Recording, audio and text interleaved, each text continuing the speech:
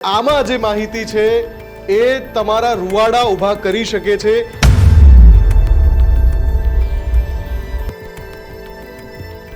એ માસૂમ બાળક પાસે કોઈ શિક્ષક દારૂ મગાવે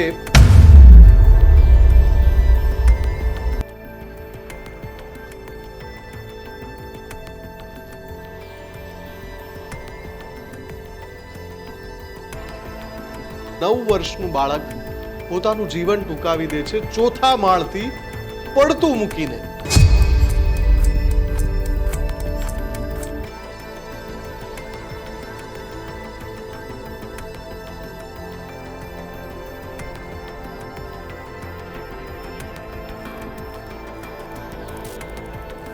હજુ સુધી તમે અમારી ચેનલને સબસ્ક્રાઇબ નથી કરી તો અત્યારે જ ન્યૂઝરૂમ ગુજરાતને સબસ્ક્રાઇબ કરો, ફેસબુક અને ઇન્સ્ટાગ્રામ પર ફોલો કરો.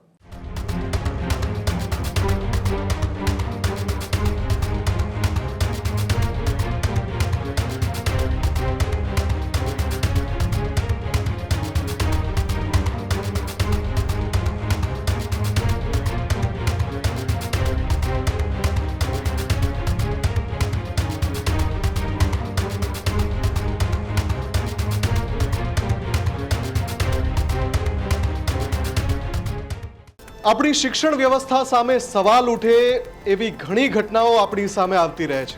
આજે બે ઘટનાઓની વાત કરવી છે અને બંને ઘટનાની હું માહિતી આપું વિગતવાર. એની પહેલા આપ જો વાલી છો, આપનું સંતાન કોઈ પણ શાળાએ જાય છે અથવા આપના પરિવારમાંથી કોઈ બાળક શાળાએ જાય છે તો આખો રિપોર્ટ ધ્યાનથી જોજો અને સાંભળજો, કેમ કે આમાં જે માહિતી છે એ તમારા રૂવાડા ઊભા કરી શકે છે. કેમ કે તમામ જે માહિતી છે એ ચોંકાવનારી છે. તમામ જે હકીકતો છે, જે તથ્યો છે એ આંખ ફાડીને ડોળા બહાર આવી જાય એટલી બધી ખતરનાક છે. ઘટના ગુજરાતમાં બની છે, ઘટના રાજસ્થાનમાં બની છે. તમે વિચારો કે એક શાળાની અંદર એક માસૂમ બાળક કે જેને હજુ દુનિયાદારીની પણ સમજણ નથી, એ માસૂમ બાળક પાસે કોઈ શિક્ષક દારૂ મગાવે અને એ બાળક એ પૈસા લઈને શિક્ષક પાસેથી જ્યાં પણ એ દારૂ મળે છે ડ્રાય સ્ટેટ ગુજરાતમાં, ત્યાં એ બાળક દારૂ લેવા જાય, પોતાના ખિસ્સામાં એ દારૂની જે પણ બોટલ છે લઈને આવે, શિક્ષકને આપે અને વિદ્યાના મંદિરની અંદર, મા સરસ્વતીના મંદિરની અંદર એ શિક્ષક બેસીને દારૂ પીવે. ને આવું એકાદ વાર નહીં, આવું વર્ષોથી અનેક વાર ચાલ્યું આવે અને એ શાળાની અંદર આવું પાપ થાય. ખાલી કલ્પના કરો કે બાળ માનસ, એ બાળક કે જે પોતાના શિક્ષક માટે દારૂની બોટલ લેવા જતો હશે, એના મનમાં કેવી છાપ પડતી હશે, એને કેવા વિચારો આવતા હશે. હવે આ જે ઘટના છે એની વિસ્તારથી વાત કરું.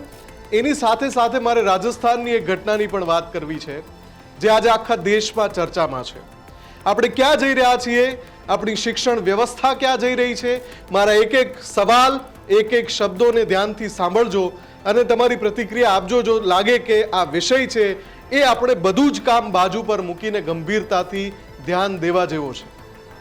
રાજસ્થાનની નિર્જા મોદી ઇન્ટરનેશનલ સ્કૂલની એ ઘટના કે જ્યાં અમાયરા નામની 9 વર્ષની ચોથા ધોરણમાં ભણતી વિદ્યાર્થીની શાળાની અંદર એવી ઘટના બને કે જેનાથી પરેશાન થઈને પોતાનું જીવન ટૂંકાવી દે. તમે ચોંકશો નહીં. હજુ તો આની અંદર ઘણું બધું એવું છે કે જે એનાથી વધારે ચોંકાવનારું છે. મેં જે કહ્યું એ સાચું છે. રાજસ્થાનની નિર્જા મોદી ઇન્ટરનેશનલ સ્કૂલ જયપુરની અંદર, એમાં આ જે બાળકી છે અમાયરા, એ શાળાએ આવે છે અને શાળાના ક્લાસરૂમની અંદર એવું કંઈક બને છે. આખો ભરેલો ક્લાસરૂમ છે, ટીચર્સ ત્યાં હાજર છે, ક્લાસ લેવાઈ રહ્યો છે. એવા સમયે એવી ઘટના બને છે જેનાથી પરેશાન થઈને 9 વર્ષનું બાળક પોતાનું જીવન ટૂંકાવી દે છે ચોથા માળથી પડતું મૂકીને. આઘાતમાં સરી જવાય એવી આ ઘટના છે. જે પણ આ વિડીયો જોઈ રહ્યા છે, સાંભળી રહ્યા છે, આ વિશેષ રજૂઆત જોઈ રહ્યા છે, એ જો માવતર હશે, એમને પણ સંતાન હશે, તો એ કલ્પના કરી શકશે કે 9 વર્ષના માસૂમ બાળક, એ બાળકીના મનમાં એવું તો શું ચાલી રહ્યું હશે, એ કેટલી પરેશાન થઈ હશે કે પોતાનું જીવન ચોથા માળેથી પડતું મૂકીને ટૂંકાવી દે. બંને ઘટનાની વાત કરીએ. સૌથી પહેલા વાત કરવી છે રાજસ્થાનની એ ઘટનાની કે જ્યાં આ જે બાળકી છે ચોથા ધોરણમાં અભ્યાસ કરે છે, નિરજા મોદી ઇન્ટરનેશનલ સ્કૂલ, એટલે રાજસ્થાનમાં તમે નામી સ્કૂલની અંદર કે જેનું શિક્ષણ મોંઘું પણ ખૂબ છે, ખૂબ મોટું નામ છે, વાલીઓ પડાપડી કરે છે આ સ્કૂલમાં પોતાના સંતાનોને ભણાવવા માટે. એ સ્કૂલની અંદર અમાયરા નામની આ બાળકી જ્યારે શાળાએ જાય છે, સીસીટીવી ફૂટેજ છે, હું આપને બતાવું છું એક એક ફૂટેજ, આપ જોતા રહેજો ધ્યાનથી. આ બાળકી છે એ ક્લાસરૂમમાં પ્રવેશે છે, બધું જ સામાન્ય લાગે. તમને કંઈ અસામાન્ય લાગતું હોય તો જુઓ તમે, બધું જ સામાન્ય છે. એ પોતાની મિત્ર સાથે વાતચીત કરે છે, પછી પોતાની જે જગ્યા છે ત્યાં બેસી જાય છે. ક્લાસરૂમમાં ટીચર મોજૂદ છે, ભણાવવાનું શરૂ થાય છે.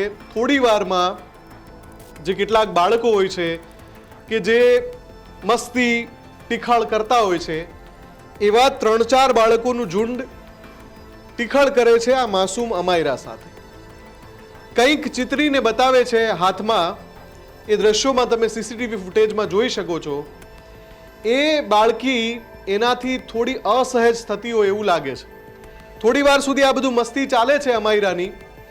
અંતે કંટાળીને અમાયરા પોતાની જગ્યાથી ઊભી થઈને ટીચર પાસે જાય છે અને ટીચરને કહે છે, ફરિયાદ કરે છે કે મને આ લોકો સતાવે છે, હેરાન કરે છે. ટીચર એને કંઈક કહે છે ને પછી અમાયરા પાછી પોતાની જગ્યાએ બેસી જાય છે. સીસીટીવીમાં હવે આગળ જુઓ શું થાય છે. અમાયરાને ફરીથી આ જે બાળકોનું ઝુંડ છે, 3-4 બાળકોનું, એ ત્યાં સતાવવા લાગે છે. ફરીથી એ જ ફરીથી મસ્તી શરૂ થાય છે. અમાયરા ફરી ટીચર પાસે જાય છે.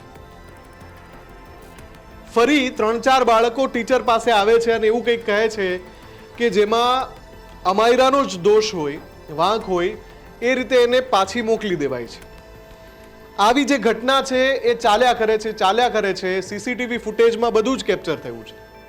તમે જોઈ શકો છો કે જે અમાયરા અંદર એન્ટર થઈ ત્યારે એના ચહેરા પર એવા કોઈ હાવભાવ નહોતા. એ ખુશ હતી, પોતાની એક જે સખા છે એની સાથે વાતચીત કરે છે, પછી પોતાની જગ્યાએ બેસી જાય છે.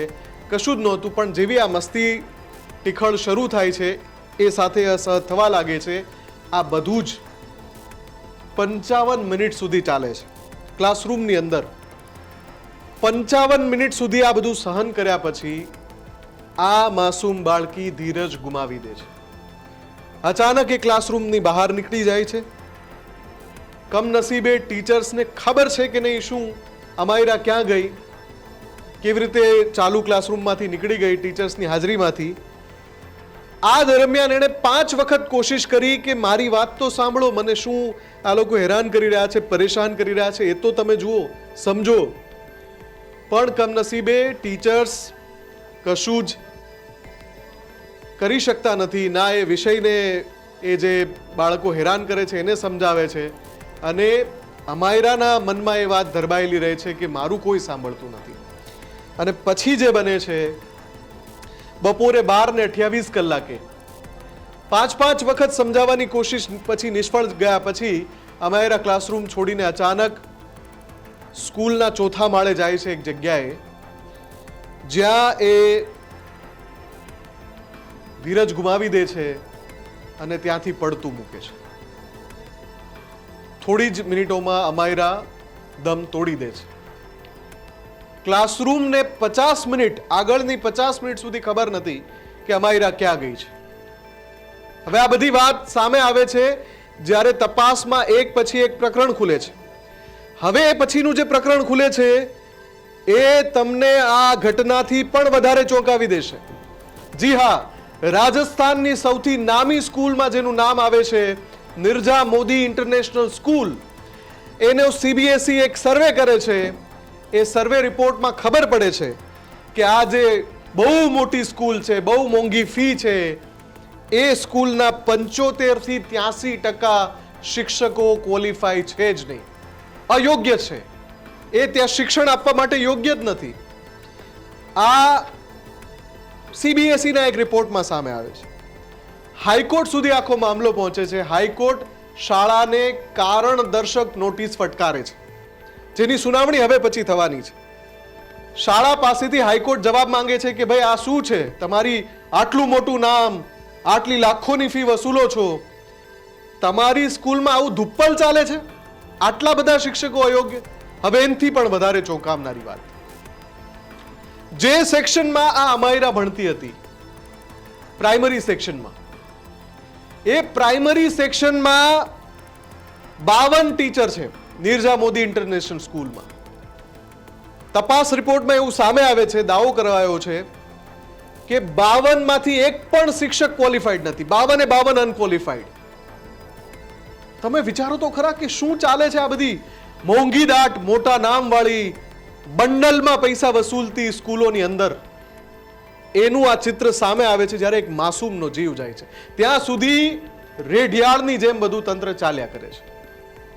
એ માસૂમ બાળા કે જે આ રીતે પરેશાન થઈ અને એનો જીવ ગયો, તમે વિચારો કે માવતરને તો એમ કે આપણે સૌથી મોટું નામ છે, મોંઘીદાટ સ્કૂલ છે, બધી સુવિધાઓ છે, સુખ સગવડો છે, એવી શાળામાં, હાઈ સ્ટાન્ડર્ડ શાળામાં આપણી બાળકીને મૂકી છે.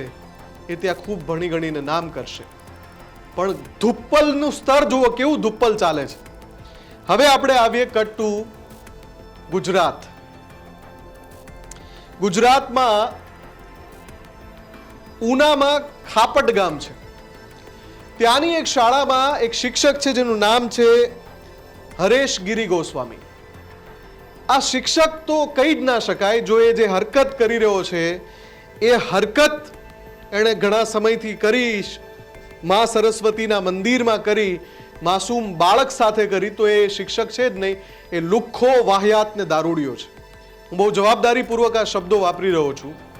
એ જે શિક્ષક કે જેની ધરપકડ થઈ છે, એ લુખ્ખો, વાહિયાત અને શિક્ષણના નામે કલંક, ધુપ્પલ, દારૂડિયો છે. તો આ જે દારૂડિયો છે, એ શિક્ષકના અંચળા હેઠળ કામ કરતો હતો. શિક્ષક જ હતો, શાળામાં નોંધાયેલો, એને ત્યાં ભણાવવા માટે જ મૂક્યો હતો. પણ એ કરતો તો શું, શાળામાં આવીને નાના બાળકને કહે કે ભાઈ તું જા આ જગ્યાએ. ખાપટ ગામના સરપંચના ઘરની પાસે એક પાનની દુકાન છે, રાજ પાન સેન્ટર. આ ભાઈ ત્યાં દારૂનો વેપલો કરે છે. ત્યાંથી આ દારૂડિયો શિક્ષક હરેશગીરી સ્કૂલના બાળકને કહે છે કે જા તું જઈને દારૂ લઈ આવ. ને આવું એકવાર નહીં, આ તપાસમાં એવું ખુલે છે કે આ તો ઘણી વાર આવી રીતે શાળાના એ નાના નાના બાળકો પાસે પોતે પીવા માટે દારૂ મગાવતો હતો. તમે જુઓ કેટલું સ્તર નીચે જતું રહ્યું છે. કઈ કક્ષાના તુચ્છ લોકો શિક્ષણની અંદર ઘૂસી ગયા છે, કઈ કક્ષાનું ધુપ્પલ ચાલે છે આપણી શિક્ષણ વ્યવસ્થાની અંદર. આ જે દારૂડિયો છે હરેશગીરી, એ બાળકને મોકલે છે, બાળક લઈને આવે છે. આ આચાર્યને ખબર પડે છે. આચાર્યની પાસે અગાઉ પણ ફરિયાદો આવી છે. આચાર્ય શું કરે છે, ઓફિસમાં જ્યાં સીસીટીવી છે ત્યાં બેસીને એ જે બાળક દારૂ લેવા ગયો છે એને બોલાવે છે અને કહે છે કે તને ભાઈ આ તારા શિક્ષક છે આ હરેશગીરી, એને શું તને ક્યાં મોકલ્યો હતો? બાળક એને કહે છે કે મને આ લેવા મોકલ્યો હતો, અને એ દારૂની બોટલ આચાર્યને આપે છે. સીસીટીવી ફૂટેજમાં દેખાય છે બધું. હવે આખા ઘટનાક્રમમાં પડઘા જ્યારે પડે છે, કાંડ બહાર આવે છે. આપણે ત્યાં કાંડ બહાર આવે એટલે કહેવાતું તંત્ર જાગૃત થાય અને પછી બધું દોડાદોડી થઈ જાય. શિક્ષણ મંત્રી ગીર સોમનાથના એસપીને ફોન કરે છે અને આચાર્ય શિક્ષણ અધિકારી પાસે ફરિયાદ નોંધાવે છે. ફરિયાદના આધારે આ હરેશગીરીને ઘર ભેગો તો કરી જ દેવાયો, દારૂડિયાને, શિક્ષણના નામે કલંકને. એની સાથે સાથે પ્રોહિબિશનના ગુના હેઠળ હરેશગીરીની ધરપકડ થાય છે. આ ઘટનાના બાદ વાલીઓમાં ખૂબ રોષ છે કે અમારા બાળકો પાસે દારૂ મંગાવાતું હતું શાળાની અંદર. તમે સરખામણી કરો રાજસ્થાનની એકદમ સ્ટાન્ડર્ડ સ્કૂલમાં એ માસૂમ બાળકી સાથે જે થયું અને ગુજરાતમાં ઉનાના ખાપટ ગામની આ પ્રાથમિક શાળાની અંદર જે થયું, માવતર આ માટે પોતાના સંતાનને શાળામાં મોકલે છે, ચાહે સરકારી હોય કે ખાનગી શાળા. શિક્ષણના નામે આ બધા ધૂર્ત લોકો, ધુપ્પલ લોકો આવું કાંડ ચલાવે છે. તો પછી કોના ઉપર ભરોસો કરશે માવતર?